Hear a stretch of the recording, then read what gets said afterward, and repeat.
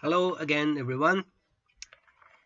In part 1, I traced the process of how Japan determined uh, to associate itself with the Western civilization in the 19th century. In part 2, under the title of Democratization, Imperialism, and the World Through Japan's Perspectives, I'd like to address these topics. First, I would like to explain the achievement of Meiji Japan's leadership in terms of political change. And second, I would like to explain the further development of Japanese politics in terms of modernization in the 20th century. And these two topics makes the main body of the part 2.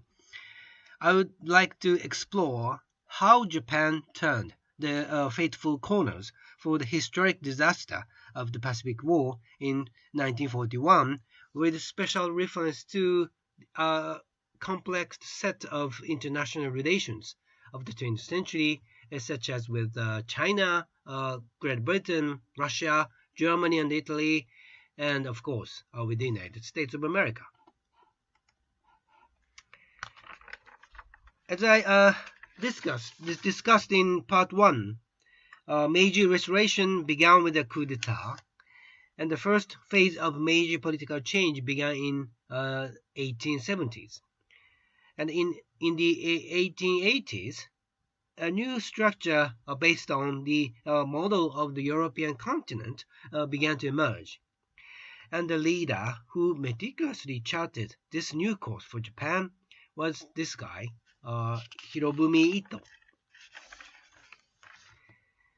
The charter oath of immediately issued immediately after the Meiji Restoration in 1868 mentioned the establishment of deliberative councils to publicly discuss issues. No such assemblies materialized throughout the 1870s. So eventually, the new leadership had the emperor order the forming of a constitution and the holding of national elections for parliament in 1890. The responsibility for studying the government institutions necessary from the other advanced Western countries in preparation for creating the constitution was given to this guy, Hirobumi Ito. And in 1882, Ito traveled to Europe, and he consulted with many constitutional scholars in Prussia and Great Britain and Austria. And upon returning to Japan, Ito was strongly determined to protect the imperial institution first and foremost. And first, Ito's commission formalized a division between the emperor and the commoners by creating a new peerage in 1884, and a total of some 500 former local lords, daimyos, joined 137 court nobles to form a new peerage as called kazoku in Japanese.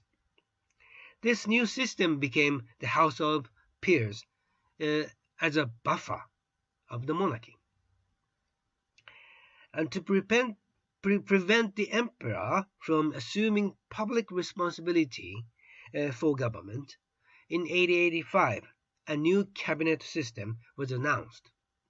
This system protected the emperor from the realm of politics through the bureaucracy of the imperial household.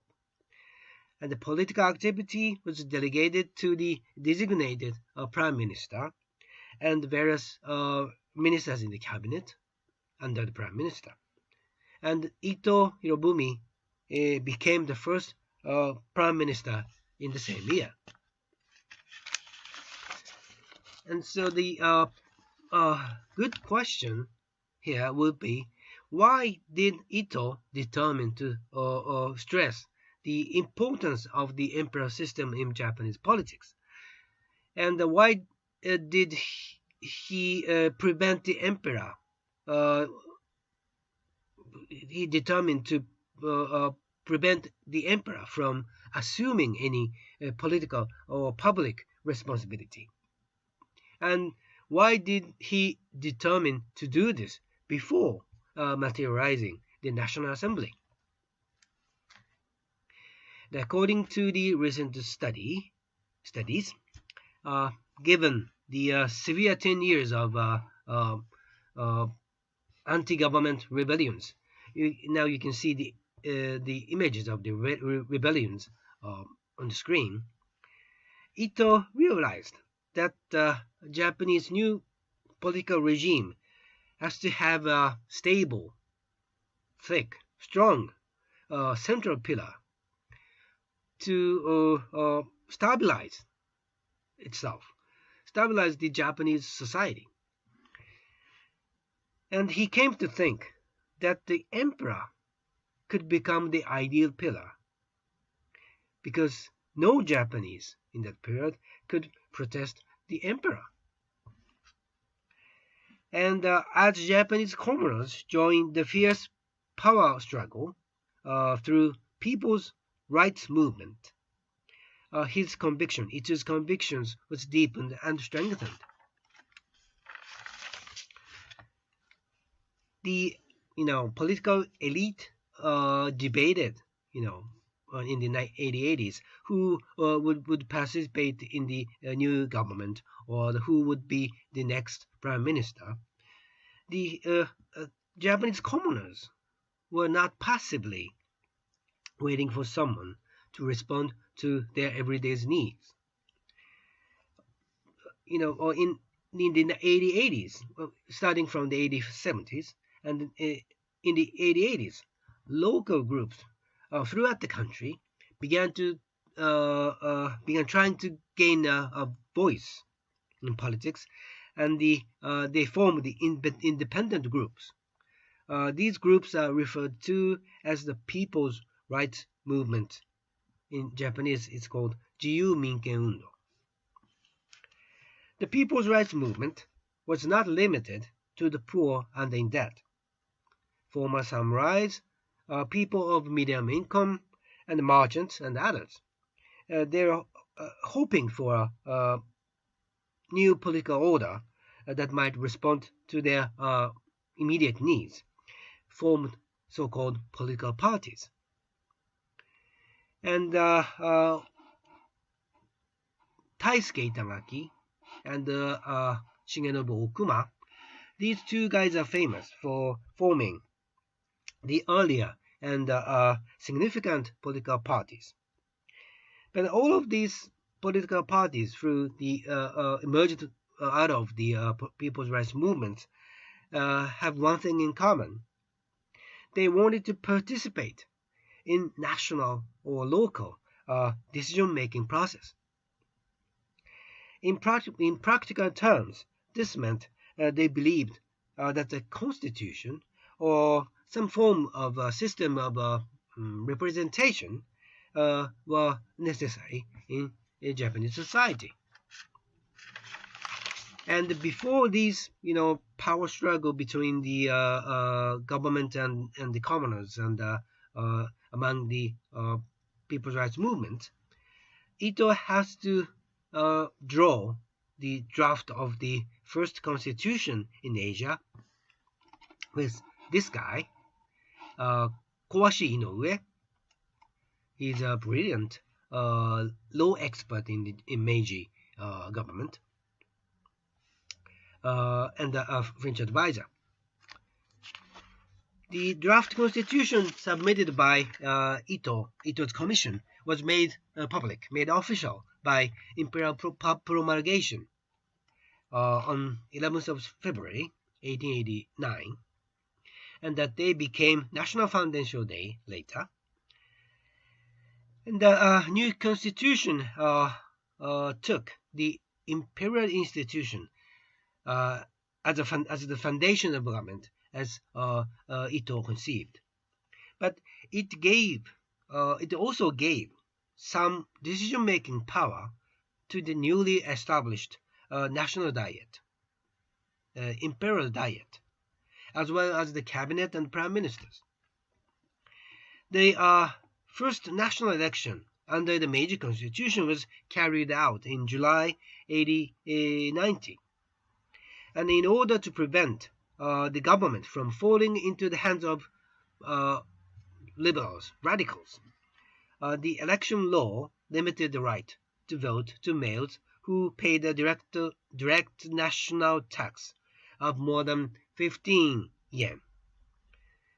And land taxes in that year provided almost 60% of government revenues. So this meant that those who owned land would be strongly represented in the electorate. So eligible voters numbered only some 450,000 males out of a total population of roughly 40 millions men and women. And the government and people's rights movements were somewhat at loggerheads. But most of the candidates, like and other officers, have one thing in common again. They echoed the long-standing popular demands for maintaining national dignity against the Western threat, and they objected to the unequal treaty.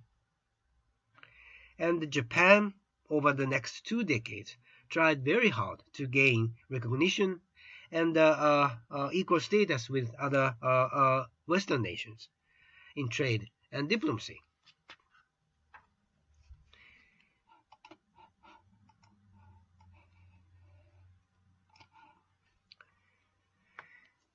As Japan grew as an industrial and democratic nation since the Meiji Restoration, and gained equal status among Western nations, a sense of national unity and national pride, national dignity became stronger. However, it doesn't necessarily mean that they had a single, unified national identity. At the turn of the new century, they presented a variety of interesting self-images by leaders and intellectuals.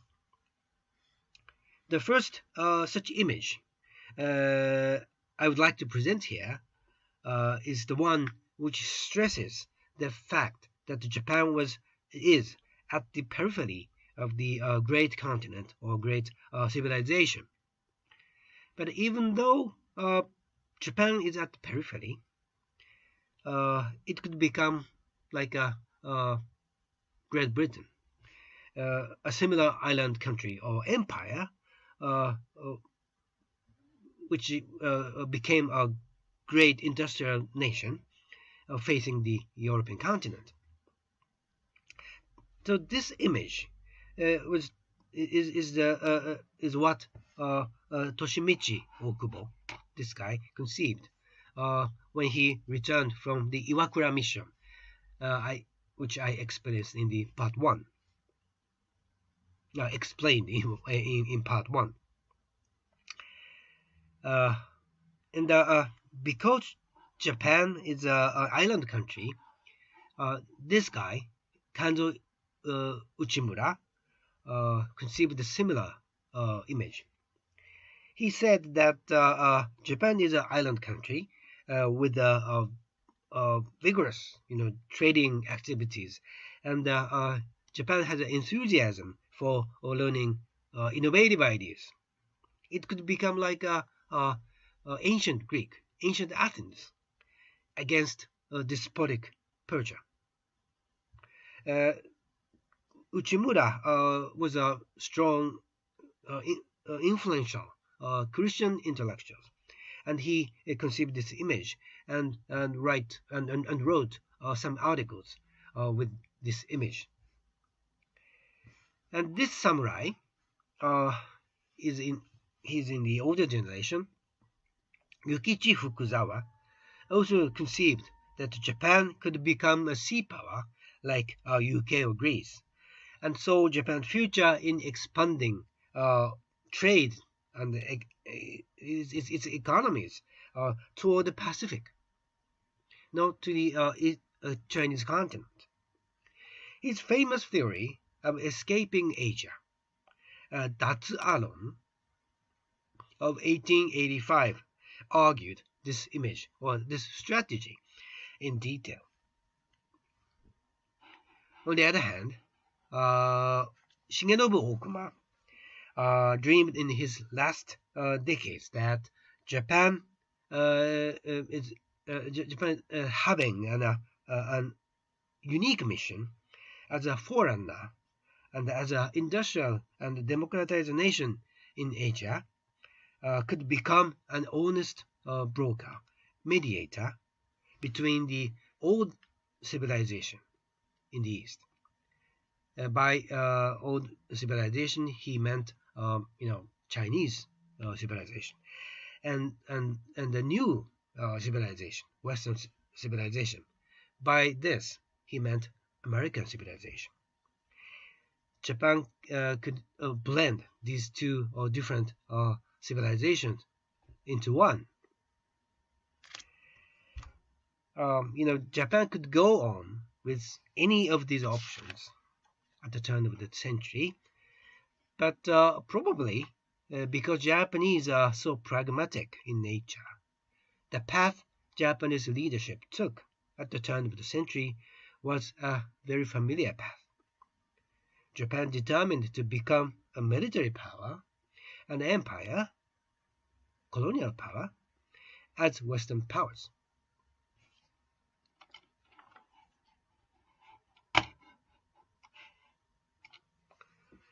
After the Meiji Restoration, Japan and China began arguing over their respective rights in Korean Peninsula.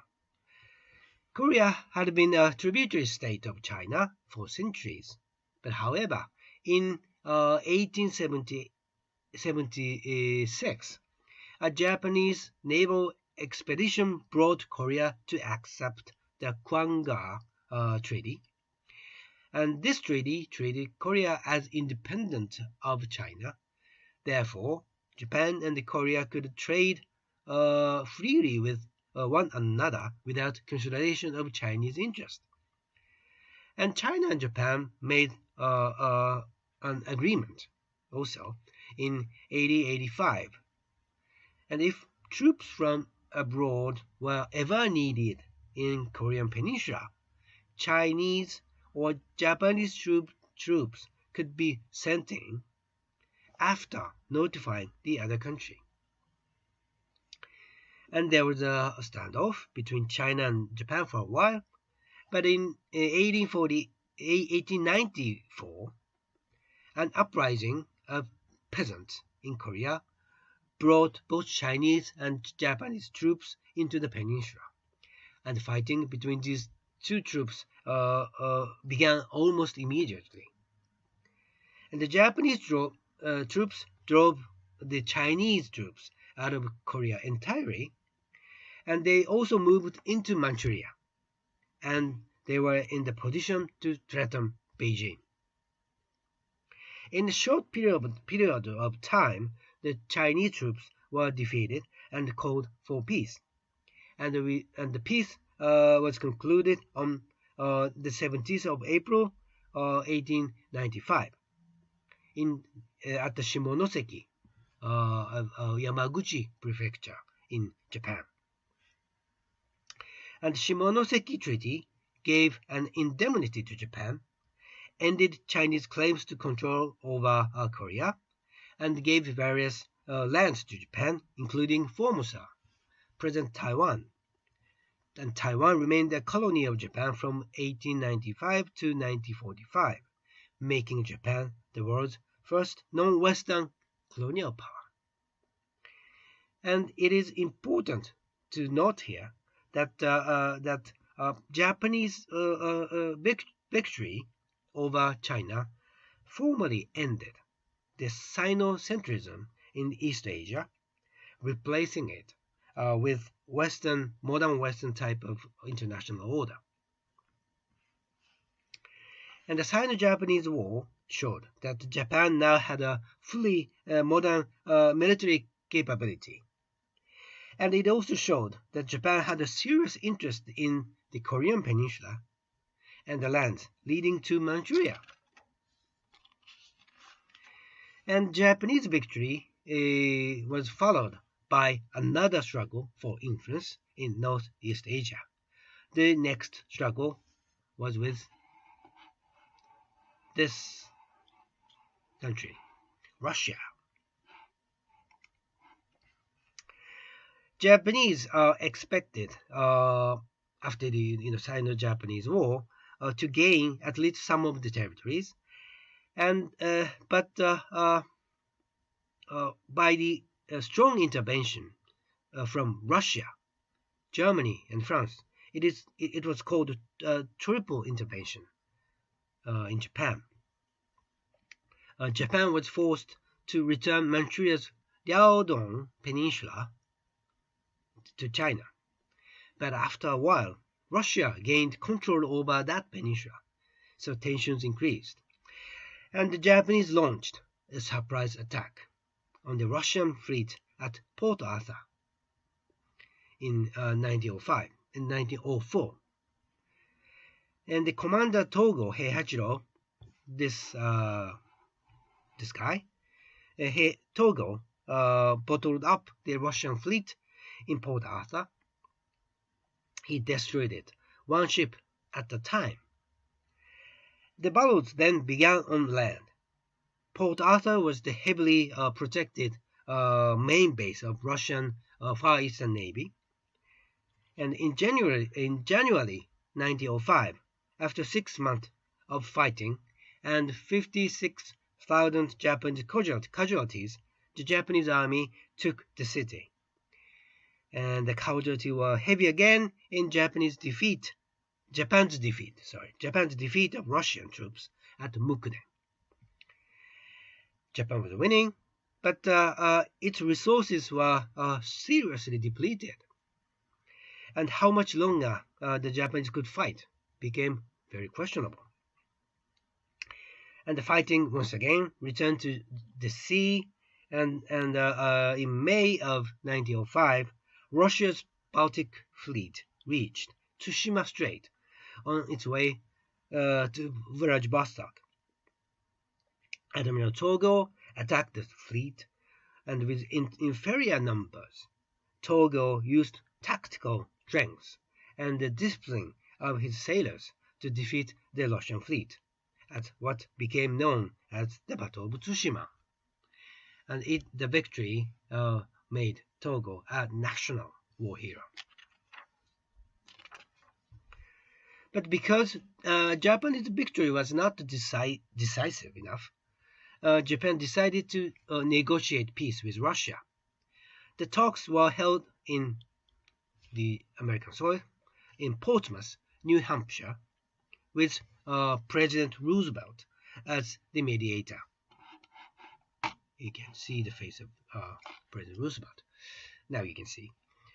The Portsmouth Treaty gave Japan the leases to Port Arthur and the Liaodong Peninsula, as well as the southern half of the Sakhalin Island. And it also gave recognition to Japan's interest in Korean Peninsula. And all troops has to be withdrawn from Manchuria. But the only exception allowed to Japan was the Japanese troops guarding the railroad that became the South Manchurian Railway. The last condition would become highly significant several decades later. But anyway, there was one highly significant omission from the treaty, it did not provide for an indemnity. Because Japanese victory was not decisive enough, Japanese delegate could not persuade Moscow, the delegates from Moscow, to pay the indemnity. But the Japanese public took to the streets in outrage. Domestic unrest resulted from the Portsmouth Treaty, but there was one thing in common among Japanese. They have a pride in having defeated a Western power. It was now evident that Japan was one of the top powers in the world power, they thought. And the Japanese influence in Asia was now stronger than ever, and its only rival in East Asia would be the United States of America. But before I explain the international relations, I would like to explain the Japanese strong interest in Korean Peninsula.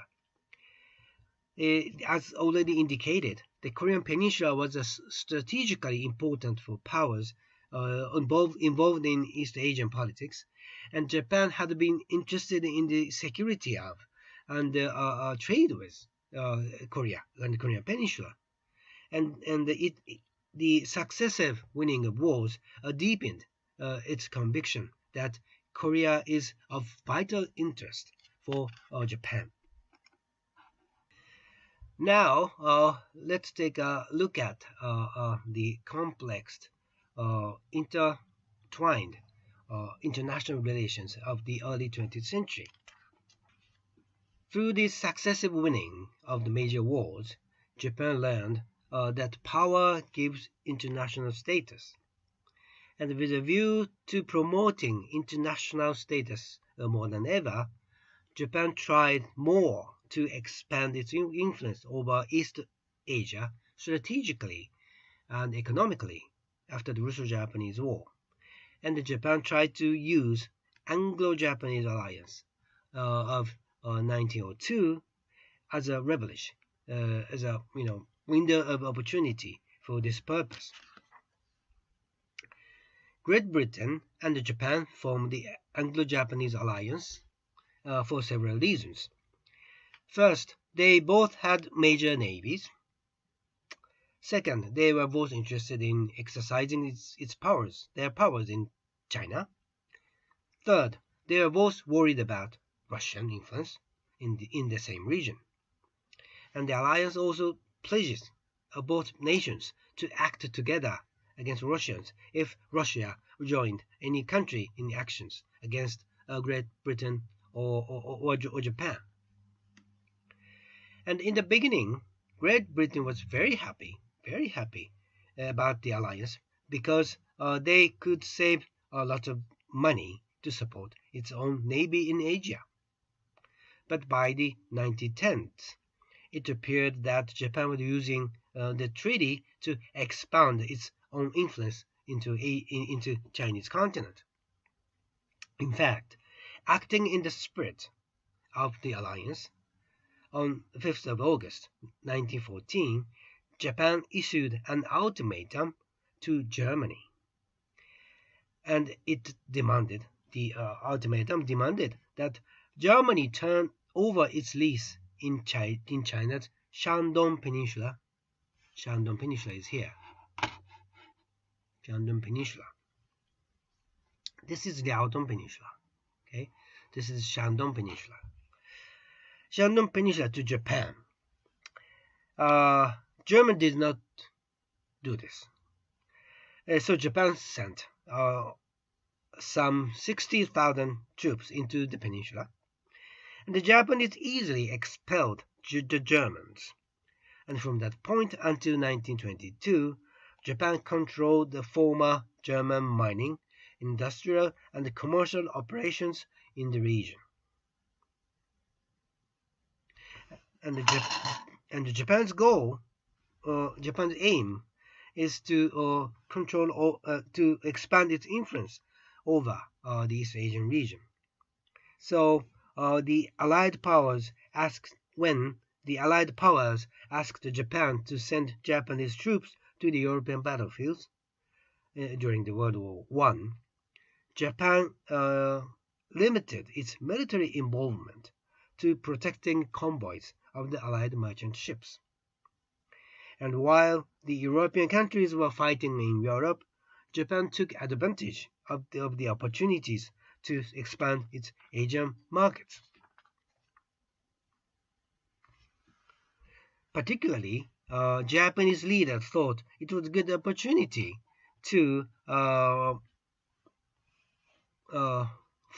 strengthen Japan's influence in Chinese continent, because some of the leases that Japan held in Manchuria after the Russo-Japanese War was scheduled to end in 1923, and competing European countries were busy fighting the war in Europe. So in January 1915, the Japanese submitted a list of 21 demands to the Chinese government, and these demands included recognitions of Japan's control in Shandong province, new leases in Inner Mongolia, and the renewal of leases in Manchuria. And they also included a demand that would make China a Japanese protectorate. This latter demand would include Japanese advisors in Chinese governments, and the requirement that China should purchase armament from Japan. And except for the latter demand, the Chinese government have to grant the remaining demands in 1915. And this incident created widespread resentment in China and increased worldwide criticism of Japan.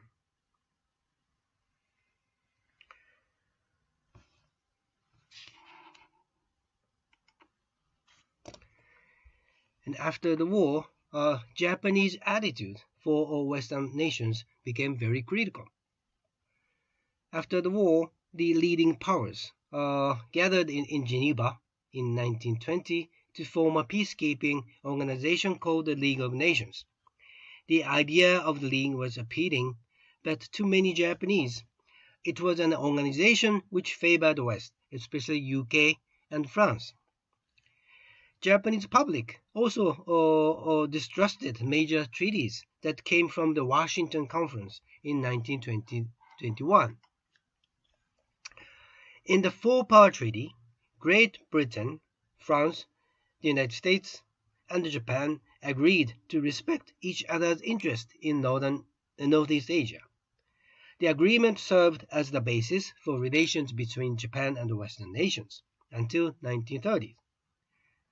The Four-Power Treaty recognized Japan as the major military power in East Asia for the first time in history, and it prevented other members from building new naval bases in the western part of the Pacific Ocean. This guaranteed Japan naval superiority in its surrounding waters. And the Five-Power Treaty created a 5-5-3 ratio of capital ships for Great Britain and the United States and Japan. So the agreement signed at the Washington Conference confirmed Japan's cooperation with Western nations. They increased economic ties between Japan and the West, and they helped Japan reduce military spending by providing security. However, many Japanese became unhappy with the agreement because Japanese nationalists felt that Japan had given up too much to the United States of America. They believed that the treaties weakened Japan's special interest in Asia. And by the end of the 1920s, some Japanese advocated Japan-controlled economic region, including Manchuria, Mongolia, and coastal China. So in the 1920s, Japanese public opinions divided into some factions or schools. And Pan-Asianism, the the drive for the expansion for Japan to expand their influence over Asia was fueled by the Pan-Asian attitude. And Pan-Asianism is a, is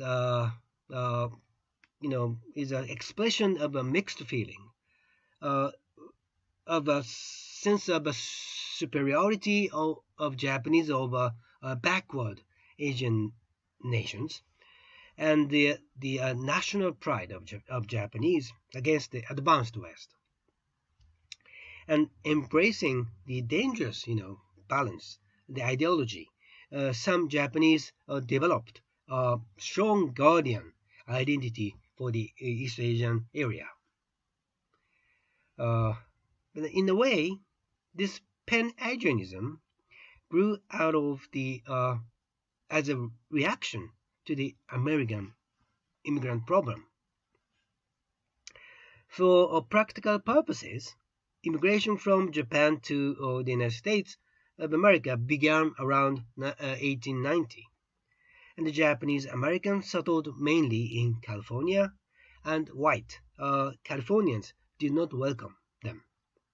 In February 1905, California legislature passed anonymously a resolution asking Congress to limit Japanese immigration, and one passage from that act, from the declaration, can be read on the screen now. And in 1906, the San Francisco School Board attempted to exclude Japanese American children from the regular public schools, but the intervention of President Theodore Roosevelt led the board to relent. But finally, in 1924, the U.S. Congress passed an immigration act, the National Origins Act, which set up quotas for each nationalities. But these quotas were based on the census of 1980s, 1890s, before the heavy immigration from Eastern and Southern Europe had begun. Thus, the quotas effectively restricted immigration from these areas, but for China and Japan, there was not even a quota. So these, immigration issue didn't directly lead the two countries into the war, but it fueled the anger of the ultra-nationalist or pan-Asianist in Japan, who held that the Americans blocked Japanese expansion to the world in terms of racial issues. But looking at the domestic side of the same period, however, we will see that Japan began to enjoy the wave of democracy coming to the Japanese shore after the World War I.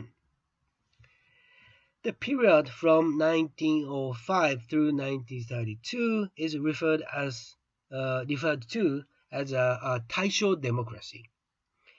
Beginning in this period, elected officials formed cabinets run by members of political parties. The political pendulum went back and forth between government by the elites and government by elected representatives.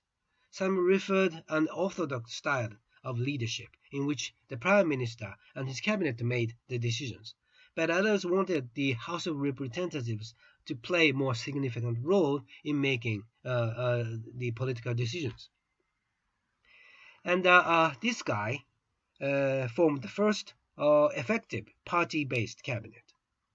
This guy his name is Takashi Hara.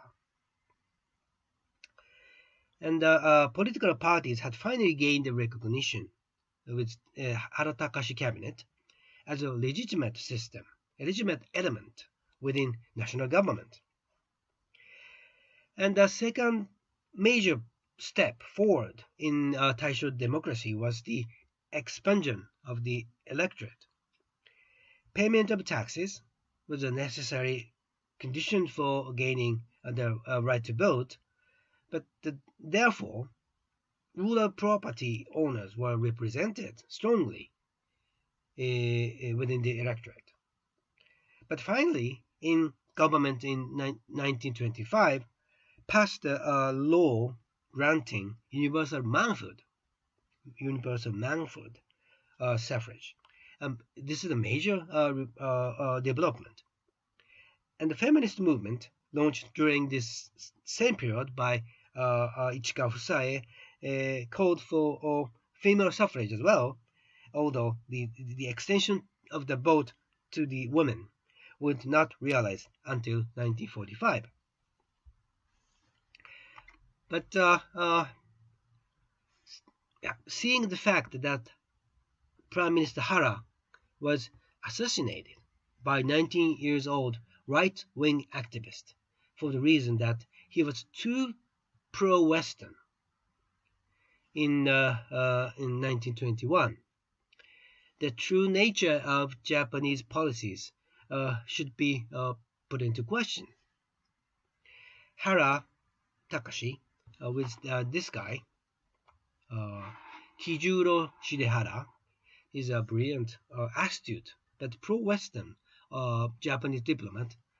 Hara, with this guy, Shidehara, was an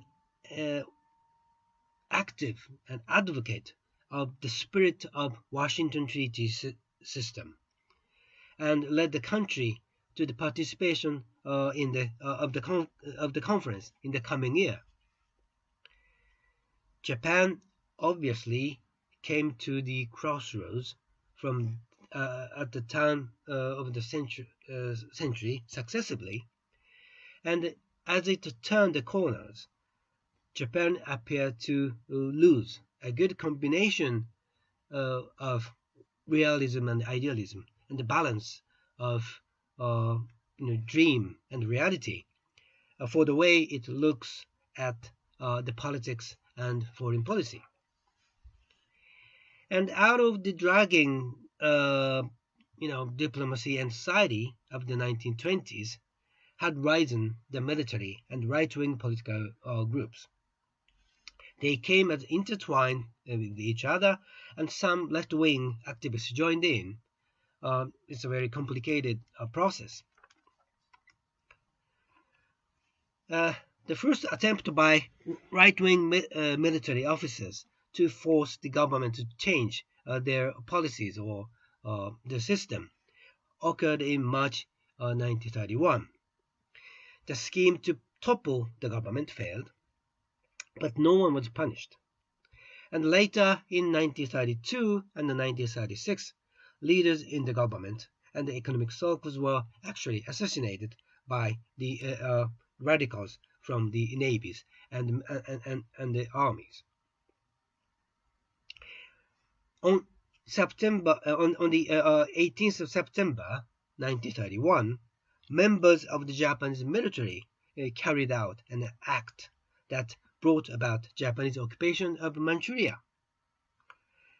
Japanese military officers set off an explosion which damaged the tracks of the southern Manchuria railway near Mukden. And the Japanese claimed that it was caused by Chinese troops, not Japanese, by Chinese troops. In order to protect Japanese citizens and property in the region, they occupied Mukden. And within days, additional troops from Korea poured into Manchuria, and they did so without the permission of the Japanese government. With this initiative, Japan decided to withdraw from established the puppet government, Manchukuo, and decided to withdraw from the League of Nations.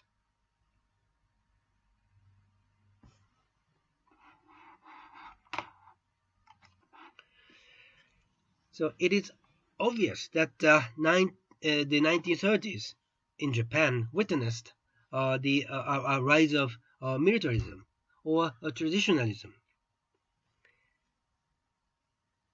Yet these years did not see an actual return to the earlier traditional feudal society. Popular culture remained cosmopolitan and very lively. For example, in 1931 and again in 1934, American Major League Baseball players visited Japan to play exhibition games with Japanese teams. And in 1934, visit sparks huge excitement among Japanese true baseball fans, as the American team boasted the greatest players of the time, including Babe Ruth and Lou Gehrig. And the material culture incorporated new global trends. Even the newly dominant political forces of the 1930s had been put in place as part of Japan's traditional, the Japanese newly established political system after the major revolution, like a renovated imperial institution, meritocratical and very proud, bureaucracy with high aspiration to manage society, and technically advanced and efficient military had been emblems of the modern nation since the 1880s. But to recognize such continuities is not to deny change. The cumulative weight of political, the politics of assassinations, the repressions, and the military bureaucratic rule, and especially unilateral expansionism on the continent, amounted to a radical change in the character of Japanese modern experience. And this change would have tragic consequences for millions of Japanese. So should we sum up calling the 1930s as the era of emerging Japanese fascism? I would say no, although other historians might disagree. But in thinking about the history of these times, we should not be caught up in a definition swamp. I think it is important to note that the dynamics and the outcome of political and cultural life in Japan shared very similar result with the experience of the fascist state of Europe. So, like one can identify in German, Italian, and Japanese experiences as the same common response to of second generation of the industrialized nations. Rulers in all three nations share the objective of funneling the energies of national dignity into a quest for hegemony, a closed economic empire, and anti-democratic, hierarchical domestic politics, culture, or economy. But certainly, there were very important differences between these nations. A fascist party never came to power in Japan. No figure emerged with charismatic character like Hitler or Mussolini in Japan. But the process and produced these the process that produced these regimes share the similar characteristics a great deal. They all experienced economic crisis, sharp polarization of the left camp and the right camp, and very intense conflicts in industrial workplace and rural society villages. and murders right-wing terror. In each case, perception took root among intellectuals and the political elite that a cultural malaise grips the nation. Elite and the popular opinion in each case held that Anglo-American world, their power blocked our legitimate international status or empire. So the problems facing Japan in the 1930s, I would say, ultimately were not those of monolithic hegemony of feudal society. I think there were the problems of coping with modern diversity and the tension, and the nation's response to these problems could lead to the catastrophe of war. And Japan plunged into war with China in 1937, and with the United States of America, Britain, and Holland in 1941. And on the night of 7th of July 1937, Japanese troops engaged in minor skirmish with Chinese soldiers in the vicinity of Marco Polo Bridge, just south of Beijing. A local ceasefire immediately took effect. But even so, the Japanese government sent additional troops from Korea and Manchuria, and the Chinese challenged these Japanese positions, and further skirmish took place. And in late July, Japanese forces attacked and occupied Beijing and Tianjin. Within a month of Marco Polo Bridge incident, a full-scale war was underway. But it is not clear who fired the first shot at Marco Polo Bridge. Was it an accidental shot, or was it a plot by a Japanese, Chinese, or someone else? It is very difficult to determine what actually happened at Marco Polo Bridge. But in contrast to the event of the Manchurian incident 6 years earlier, which sparked the establishment of Manchukuo, it is clear that the Japanese cabinet under Prime Minister Fumimaro Konoe, this guy, Fumimaro Konoe, authorized the decision to launch a major offensive. The Japanese army itself was divided between expansionists and a minor who wished to negotiate a ceasefire immediately. But Konoe Fumimaro, the prime minister, sided with the expansionists. They wanted to control North Korea as well as Manchukuo.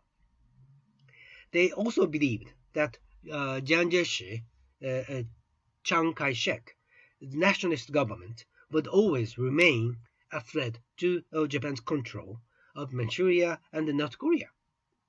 The expansionist faction hoped to destroy the nationalist regime and replace it with a more friendly government to Japan. And the war lasted till 1945, and after the war with the United States, it became part of the World War II.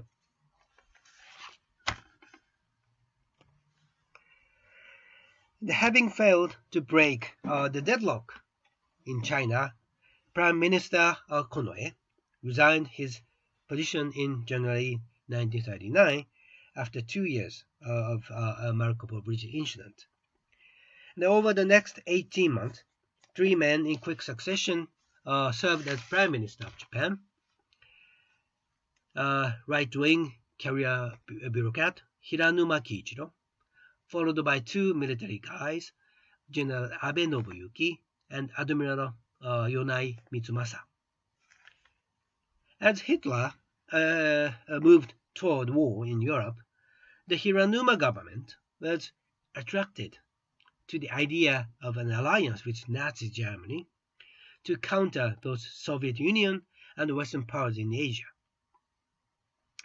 The foundation for this had already been prepared by the Anti-Comintern Pact of 1939.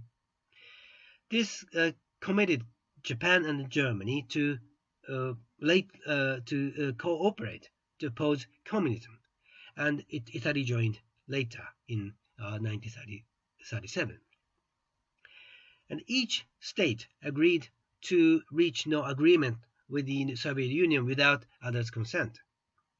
But in August 1939, Hitler suddenly violated this agreement and announced a non-aggression treaty with Stalin. And with the failure of his strategy of cooperation with Germany, Hiranuma's credibility collapsed, and furious at Hitler's betrayal, he resigned as prime minister. In early September, World War II began in Europe. Just after announcement of the German-Soviet non-aggression pact, Hitler's army invaded Poland. The British and French promised to assist Poland in the event of the attack with the immediate declaration of war against Germany. In response to these events, the Abe and Yonai cabinet pursued a course of neutrality in the European war, like they did in the World War I, and slightly shifted the aim of their diplomacy.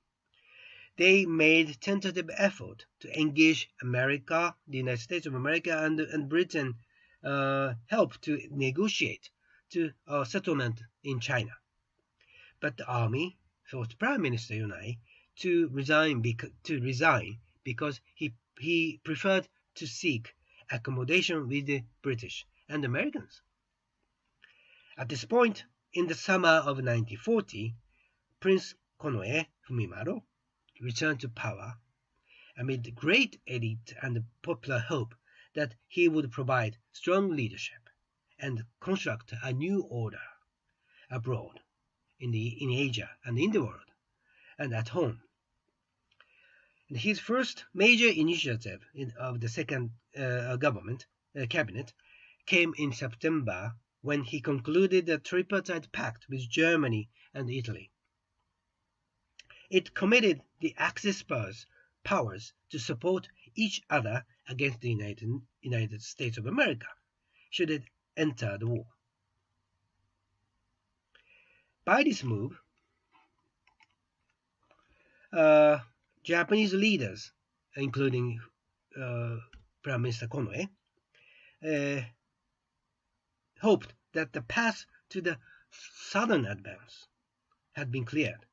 So in May 1940, Hitler's troops invaded France and taken Paris in June, and the Germans set up the collaborationist Vichy regime to rule over much of the occupied France, and the Vichy government administered French colonies in Asia, present in the colony of Indochina, present Vietnam. So tripartite pact enabled the Japanese to negotiate an agreement with the Vichy authorities to station troops in the northern region of the French Indochina. The response of the United States would determine whether Japan's southern advance might succeed. Tensions between the United States and Japan had been building for some time. But throughout the 1930s, the American supported Chinese self-determination with strong words, but they had committed no significant resources to the nationalist China. Some American business interests in cooperation with Japan through Manchuria puppet government. But on July 31 of July 1939, hoping to send a signal to resolve that the United States would deter Japanese expansion, FDR broke off the Japanese-American Commercial Treaty. This step freed the United States to replace an embargo on export to Japan, if deemed necessary. And when Japan moved into northern Indochina, the Americans indeed countered with the gradually expanding export embargo. This provoked Japan's war hawks. They began to argue for preemptive strike against the United States and its allies. While Hitler complicated these calculations of Japanese when he broke his peace with Stalin and attacked the Soviet Union in June 1941. Japan chose not to join Hitler's new war. Prime Minister Konoe had concluded a neutrality agreement with the Russians. He followed this by extending Japan's hold over Indochina, gaining Vichy permission to occupy the entire peninsula in July 1941. And the United States of America countered this sudden advance with strong, threatening moves. President Roosevelt offered military supplies to the Chinese, and he quickly pulled together truly consequential international embargo on foreign oil supplies to Japan. By the 1940s, petroleum had become an increasingly important resource for the Japanese civilian economy, which required an estimated 13 million barrels a year. More importantly, oil and gasoline were essential resources for Japanese military activities. Domestic oil resources were modest. The military estimated that stockpiled of reserves of 43 million barrels in 1941 would suffice for slightly more than 1 year. So, ironically, American desire for whale oil had driven its effort in the 1850s to force Japanese unwilling rulers to open the country to the global economy.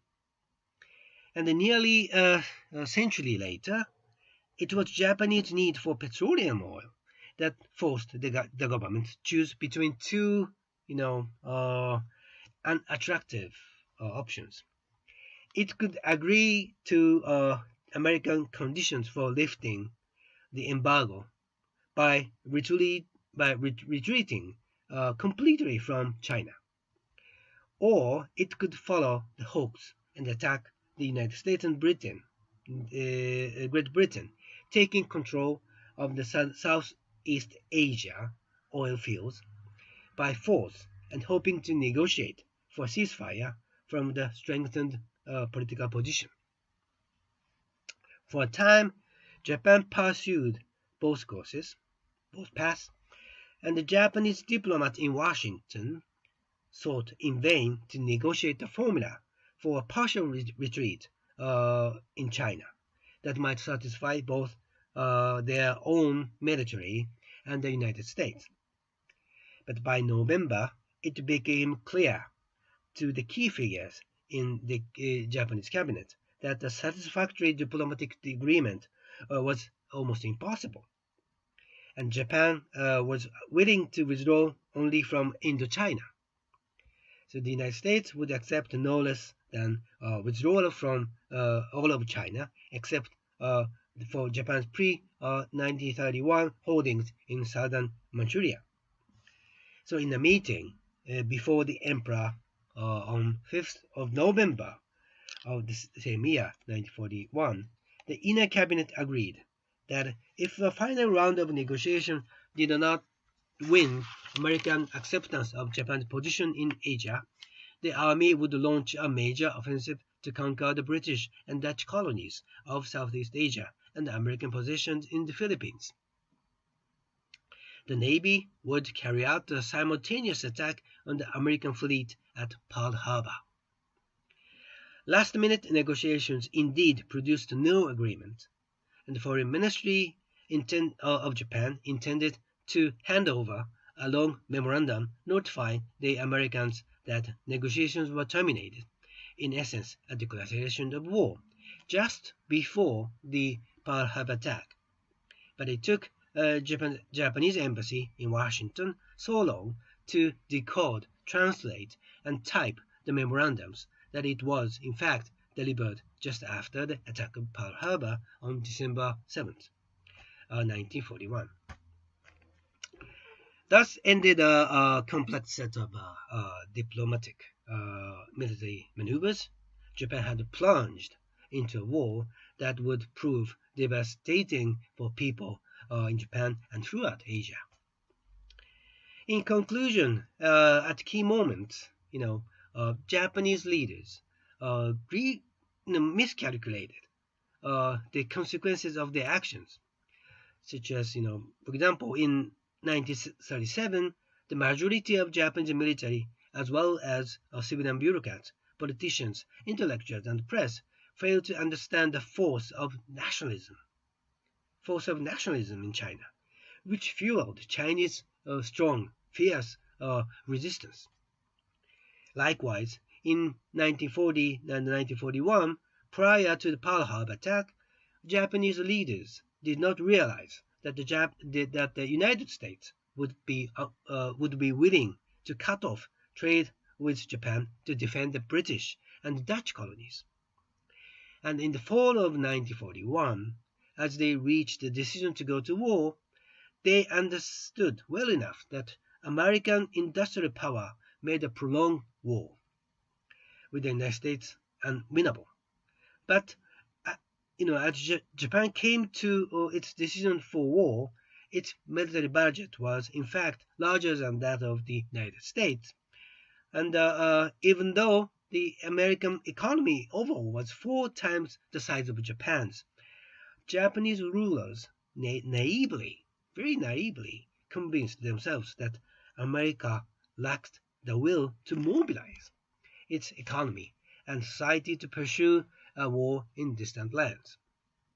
Well, I would like to conclude my talk in part 2 by showing the damages caused by this devastating total war. Tokyo lost 50% of houses by US bombing throughout the war. And the war, in the end, the war left 8 million people in Japan without homes. Especially Great Tokyo Air Raid of 1945, which started in March of the year, burned 17 square miles of Tokyo and killed some 80,000 people. And I have to add the fact that some 66,000 people died in Hiroshima, and more than 73,000 people died in Nagasaki directly from the atomic bombs dropped from the B-29 called Little Boy and Fat Man. But I have to also quickly add the fact that 18 to 19 million people died by Japanese military activities, according to the United Nations.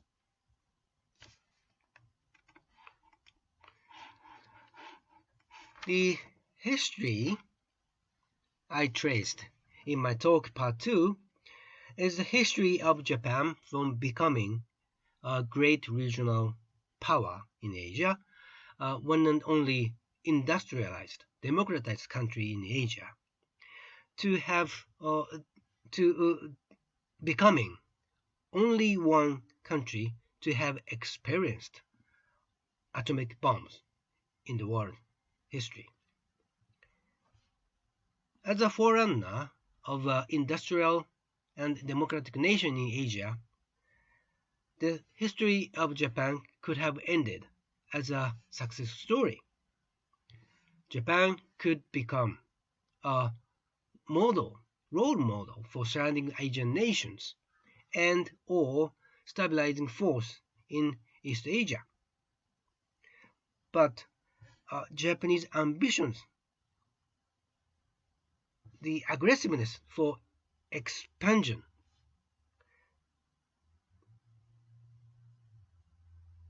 caused the instability of the region in East Asia, and Japan could not control its ambition to become an architect of the new world order. Japan needed a cooperation to achieve the goal of making the world new. But no country would have joined in the project if the project was made of the empty dream, with with imperialistic dreams. That's what happened.